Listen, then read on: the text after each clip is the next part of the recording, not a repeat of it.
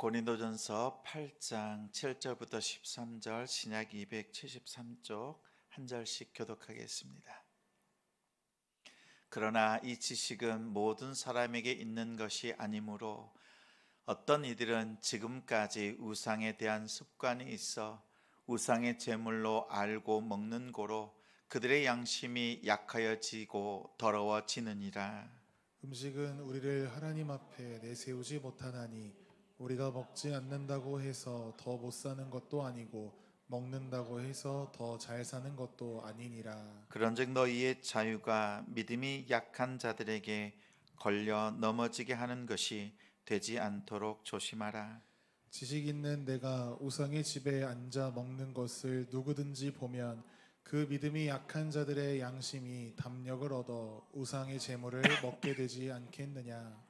그러면 내 지식으로 그 믿음이 약한 자가 멸망하나니 그는 그리스도께서 위하여 죽으신 형제라. 이같이 너희가 형제에게 죄를 지어 그 약한 양심을 상하게 하는 것이 곧 그리스도에게 죄를 짓는 것이니라. 같이 있습니다. 그러므로 만일 음식이 내 형제를 실족하게 한다면 나는 영원히 고기를 먹지 아니하여 내 형제를 실족하지 않게 하리라. 아멘. 자유보다 사랑을 택하는 가정, 자유보다 사랑을 택하는 가정이란 제목으로 말씀 전하겠습니다. 우리의 자녀들이 성숙한 신앙인이 되길 바랍니다. 몸이 자라는 것처럼 그 마음도 자라고 신앙도 쑥쑥 성장하기를 간절히 바랍니다. 우리 가정마다 하나님께서 말씀 속에서 그 은혜 부어주실 줄 믿습니다. 오늘 말씀 속에서 진정한 성숙한 신앙이란 무엇인가 이것을 보여주고 있습니다. 우리 부모 세대로부터 이 성숙한 신앙이 자녀들에게까지 흘러가기를 소망합니다. 제가 어렸을 때는 한때 저희 집에서도 제사를 지낸 적이 있습니다. 또 대부분 친척 집에 또 제삿날이 되어서 제사를 지내기도 했습니다. 근데 그때마다 절하는 것 때문에 옥신각신했습니다. 어렸을 때부터 신앙교육을 배웠지요. 예수 믿는 사람은 제사할 때 절하지 않는다. 우상 숭배다. 그리고 제사 음식도 먹으면 안 된다라고 듣고 자랐습니다. 제사 음식을 먹는 것은 우상에 절하는 것과 같다 이렇게 배웠습니다. 그래서 그 맛있어 보이는, 어렸을 때 맛있어 보이잖아요. 집에서 전을 하고 요리를 하고 그럽니다. 그런데 그 음식에는 전혀 손을 대지 않았습니다. 성도 여러분, 제사 음식을 먹으면 구원 못 받아요? 어때요? 제사상에 올라간 음식 물려내고 난 뒤에 그 음식 우리가 먹으면 돼, 안 돼요? 저는 어렸을 때 안 된다고 배웠어요. 먹지 않았습니다. 근데 성경이 어떻게 말하고 있는지 한번 봐요. 우리 4절 말씀 같이 읽겠습니다. 그러므로 우상의 제물을 먹는 일에 대하여는 우리가 우상은 세상에 아무것도 아니며 또한 하나님은 한 분밖에 없는 줄 아노라. 우상의 제물을 논하기 전에 우상이란 무엇이냐라는 거예요. 사람들의 욕망, 자신들이 원하는 것을 얻기 위해서 눈에 보이는 형상을, 그 형태를 사람의 손으로 만든 것입니다. 우상은 그 자체에 능력이 없습니다. 아무것도 아닙니다. 여기서 아무것도 아니다, 성경에 보니까 아무것도 아니다 라고 말하는 것은 우리에게 아무런 영향을 주지 않는다라는 뜻입니다. 다시 말하면 죽은 것이다 라는 거예요. 살아계신 하나님은 우리에게 영향력을 끼치시죠. 일하시지요. 그러나 우상은 그 자체가 아무것도 아닙니다. 죽은 것입니다. 그렇다면 우상 자체가 아무 영향을 주지 못한다면 우상에 드려진 제물은, 그 제사 음식은 어떨까요? 8절 말씀 같이 읽습니다.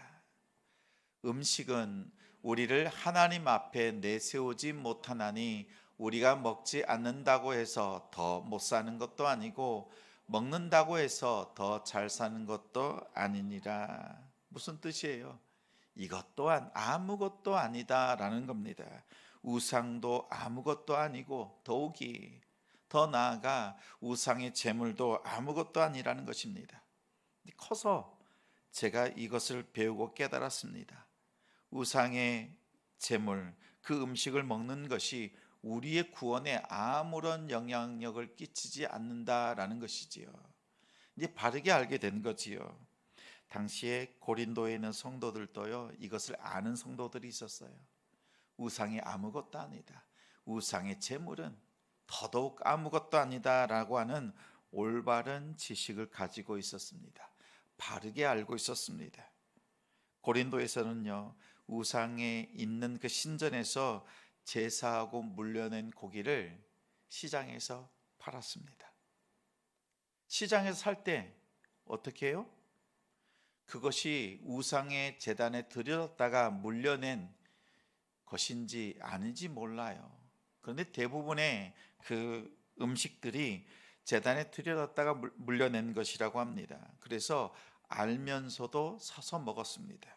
심지어는 아무것도 아니니까 내 마음에 꺼리낌이 없죠. 우상이 하나님 앞에 아무것도 아니고 음식도 아무것도 아니니까 심지어 우상의 신전에 들어가서 거기서 물려낸 것도 꺼리낌 없이 먹었습니다. 문제될 것이 없어요. 구원에 아무 문제가 없다고 생각했습니다. 왜요? 바른 지식을 가지고 있으니까. 또 알고 먹으니까 성경적으로 아무 문제가 되지 않았습니다. 신앙적으로도 떳떳하게 생각했습니다.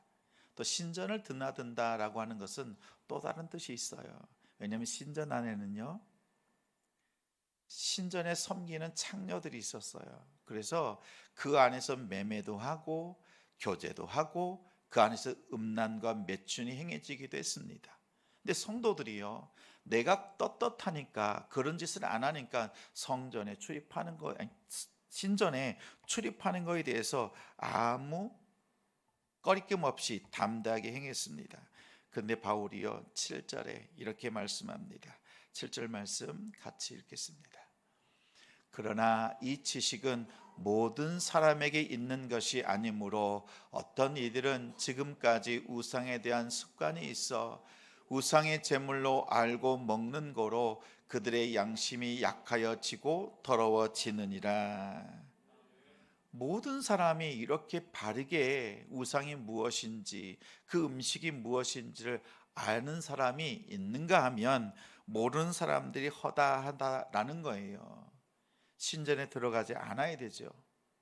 왜 안 들어가는 거예요? 들어가도 아무 문제가 없지만 내가 더러운 곳에, 영적으로 더러운 곳에 들어가는 것을 피하는 것입니다. 문제가 되지 않아요. 자, 이번 주간에요, 저희 숙부께서 소천하셨습니다. 조문을 갔습니다. 돌아가신 숙부의 3형제가 있습니다. 그 중에 장남이 저에게는 사촌 형님입니다. 근데 예수 믿은 지 얼마 안 되었어요. 몇 년 안 되었어요. 근데 홀로 교회를 가요. 예배를 드립니다. 모든 사촌 형제들이 또 며느리들이 조카들이 영정사진 앞에서 절을 합니다. 장례사가요 한마디 합니다. 배 이러니까 절하고요, 흥 하니까 일어나고, 절하고 또 일어나고, 이것을 계속 행하고 있습니다. 그런데 예수 믿는 그 사촌 형님만 꼿꼿이 서서 기도합니다. 그리고 제사상을 차려놓고 그 음식을 나눠 먹으면서 그 장례 지도사가 하는 말이요, 제사 음식을 먹으면 조상이 복을 준답니다. 그래서 음식을 잘 먹으라고 합니다. 다른 형제들은요 그 음식을 나눠 먹어요. 근데 형님은 제사 음식을 먹지 않고 서 있습니다. 성도 여러분, 복은 누가 주시는 거예요? 하나님이 주시는 것이죠. 우리는 알아요. 또 복의 근원은 누굽니까? 하나님이시지요. 하나님은 우리에게 복을 주시는 분이시고 복의 근원 대신 하나님 자신을 우리에게 내어주시는 분이 하나님이세요. 내 세상 사람들은요, 제사상의 음식 그 음복하는 것이 복받는 것이라고 가르쳤습니다. 근데 그 형님이, 사촌 형님이요, 그 자리를 지키는 겁니다. 그 상황 속에서 목사인 제가 그 음식을 먹는 것이 구원과 관계가 있어요, 없어요? 관계없어요. 먹어도 돼요. 근데 만약에 제가 그 자리에서 같이 제사 음식을 먹었다면 어떻게 될까요? 아직 믿음이 약한 그 사촌 형님의 그 마음이, 그 신앙이 얼마나 흔들리겠습니까? 오늘 말씀은 그것을 얘기하고 있어요. 우리가 신앙적인 지식을 잘 알아서 그것에 대해서 자유하지만 그 자유를 어떻게 사용해야 되느냐라는 거예요.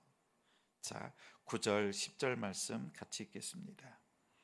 그런즉 너희의 자유가 믿음이 약한 자들에게 걸려 넘어지게 하는 것이 되지 않도록 조심하라. 지식이 있는 내가 우상의 집에 앉아 먹는 것을 누구든지 보면 그 음식에 약한 자들의 양심이 담력을 얻어 우상의 제물을 먹게 되지 않겠느냐. 아무리 그 마음의 신앙이 떳떳하고 바른 지식을 가지고 있다 하더라도 믿음의 약한 자들이 넘어질 상황이라면 금하는 것입니다. 안 하는 것입니다. 내가 자유하지만 절제해야 합니다. 우리 성도들 일하시잖아요. 직장에서 일하지요. 회식 자리 갑니다. 그럼 어떻게 해요? 예수 믿으니까 술 안 먹으려고 하지요. 먹어요? 술 안 먹어요. 그래서 어떻게 합니까? 저희가 가면요, 회식을 합니다. 그러면 소주를 먹는다든지 뭘 해요. 그러면 저한테도 그 맥주컵을 주더라고요. 그럼 제가 맥주컵에다가 뭘 따라 먹어요? 사이다를 따라 먹죠. 그렇죠? 근데 어떤 사람들은 보니까 그 맥주컵에다가 소주를 따라 먹어요. 보니까 소주를 따른 컵이나 사이다를 따른 컵이나 똑같아 보여요. 그러면 목사인 제가 먹고 있으면 예수 믿는 사람들이 보면 어떻겠어요? 저는 떳떳하죠. 겉보기에는 난 사이다 먹으니까. 근데 오해할 수 있죠. 자, 어떤 때는 사람이요, 맥주를 마셔요. 그럼 저는 콜라를 따릅니다. 근데 색깔이 조금 더 진하긴 하지만 맥주 색깔이나 콜라 색깔이나 엇비슷해요. 그럼 어떻게 해요? 저는 잔을 바꿔요. 유리잔이 아니라 플라스틱 잔, 다른 잔들과 구별된 잔으로 바꿔서 거기에 음료수를 나누고 제 앞자리에 일부러 음료수 캔을 막 쌓아놔요. 왜요? 오해하지 않도록, 오해가 생기지 않도록 조심하는 것입니다. 우리가 세상 속에서 교제하고 나누는 것들이 필요하지요. 그런 자리에 참석해야 되는 때가 있어요. 그럴 때 오해가 생기지 않도록 하는 것이 참 중요합니다. 당시 고린도 성도들이요, 성전에 드나드는 것 아무 문제되지 않지요.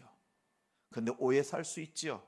성전에 드나드는 것이 잘못된 음란으로 빠질 수도 있고, 그걸 바라보는 사람들이요, 어때요? 우상의 신전에 드나드는 것, 믿음이 약한 사람들이요, 흔들릴 수 있잖아요.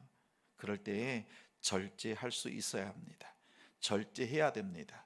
나의 자유보다 믿음이 약한 성도들이 시험에 빠지지 않도록 하는 것이 더 우선입니다. 내가 자유하기 때문에 내 마음대로 할 수 있다 생각한다면 그것은요, 교만입니다. 높은 수준의 영적 지식이 오히려 연약한 지체를 넘어뜨리고 유혹에 빠지게 한다면 그것은 교만입니다. 만약 우리가 영적 지식을 바르게 사용하지 않고 절제하지 않는다면 고린도전서 8장 1절 말씀, 우리 말씀이 어떻게 말하는지 한번 보겠습니다. 같이 읽어요. 우상의 제물에 대하여는 우리가 다 지식이 있는 줄을 아나니 지식은 교만하게 하며 사랑은 덕을 세우나니. 내가 자유하기 때문에, 내가 떳떳하기 때문에 어떻게 해도 된다 이렇게 생각하는 것 자칫 교만에 빠질 수 있다는 거예요. 그것 때문에 지체가 넘어질 수 있습니다. 그러나 연약한 지체를 돌아보면서, 내가 지체를 돌아보면서 사랑으로 내가 절제한다면 그것은요, 하나님께서 기억하실 만한 일입니다. 또한 믿음의 공동체 안에서 서로 덕을 세우는 일이 됩니다. 그래서 우리가 자유를 누릴 때 생각하는 거예요. 내가 충분히 할 수 있는 그 일도 내가 이것을 했을 때 우리 공동체 안에서 내 옆에 있는 연약하고 또 가난한 지체들이 바라볼 때 어떠할까 살필 수 있는 우리가 되길 바랍니다. 나의 당당한 말과 떳떳한 행동이 믿음이 약한 지체를, 그 양심의 상처를 준다면 절제할 수 있어야 합니다. 나의 자유함이 지체를 실족하게 한다면 예수님의 말씀을 기억해야 합니다. 마태복음 18장 6절 말씀입니다. 같이 읽겠습니다. 시작. 누구든지 믿는 이 작은 자 중 하나를 실족하게 하면 차라리 연자 맷돌이 그 목에 달려서 깊은 바다에 빠뜨려지는 것이 나으니라. 그냥 작은 소자가 아니에요. 그냥 작은 자가 아니에요. 믿는 자 중에 작은 한 영혼을 실족하게 하는 것은 그만큼 중한 죄다라는 거예요. 얼마나 무거운 죄인지 예수님께서 말씀하시는 거 보면 우리가 알 수 있지요. 그 이유가 오늘 본문 11절 12절 말씀입니다. 같이 읽어요. 그러면 내 지식으로 그 믿음이 약한 자가 멸망하나니 그는 그리스도께서 위하여 죽으신 형제라. 이같이 너희가 형제에게 죄를 지어 그 약한 양심을 상하게 하는 것이 곧 그리스도에게 죄를 짓는 것이니라. 나의 절제하지 않은 그 자유함을 통해서 믿는 형제가 실족한다면, 넘어진다면 그것은 곧 그리스도께 죄를 범하는 것이다 라는 거예요. 이런 신앙의 원리는요, 세상에는 없어요. 주 안에서만 우리가 발견되어지는 원리입니다. 신앙의 기초입니다. 왠지 아세요?